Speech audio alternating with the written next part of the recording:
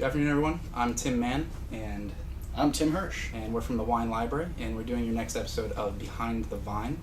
Today we're going to be focusing on this wine called Capcanes Vall del Calas, which is from the Montsant region of Spain.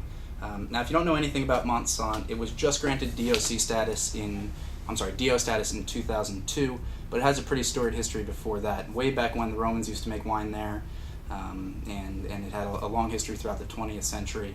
And if you look at this map, Michelle, if you can zoom in, you'll see exactly where Montsant is. You have Spain here, and in the northeastern part, you have Catalan, and within there we have Montsant, France, Spain, Portugal, and then if we can zoom in even further, this is the DO of Montsant. It's in a big C shape, and all in the middle here, this is Priorat, which is slightly more well-known. Now, in the southern part of Montsant, we have Capcanes, which is the little village that this particular wine comes from.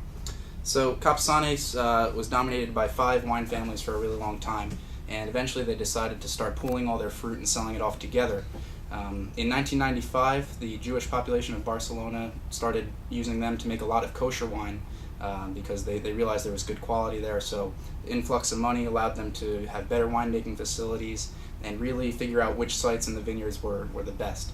So this particular wine is 50% Merlot, 35% Tempranillo, and 15% Grenache.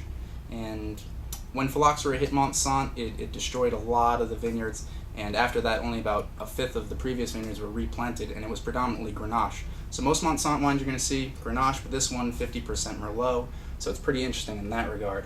So let's pour it real quick. Now this is a 2003 vintage, which was pretty warm for almost all of Europe. This wine doesn't really let those warm, juicy characteristics come through, so it's kind of different in that regard. So let's give it a sniff. What do you get here? Got some lovely Bordeaux-like sophistication from the Merlot. Yeah, I think the Merlot is really the grape of the three that shines through in this case. It really does kind of drink like a nice, maybe $20, $30 Bordeaux Superior. So let's give it a whirl.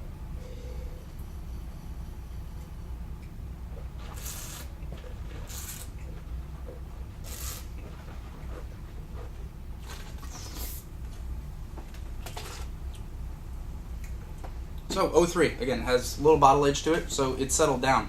We just opened this maybe 20 minutes ago, so not really decanting at all. Very red fruit driven wine, not your typical, blackberries, blueberries, black currants that you get from a lot of these less expensive Spanish wines. So more of a strawberry, raspberry kind of feel. And what do you think? I mean, it really is showing a lot of development. Oftentimes in wines around this price point, you don't get a lot of bottle development, a lot of increase in quality over a long period of time. But for a wine this price, it is aged remarkably well, and it has the sophistication of a wine twice its price, in my opinion. Yeah, definitely.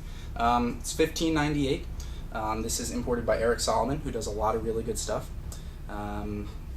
Capcanes Vall del Calas. Check it out.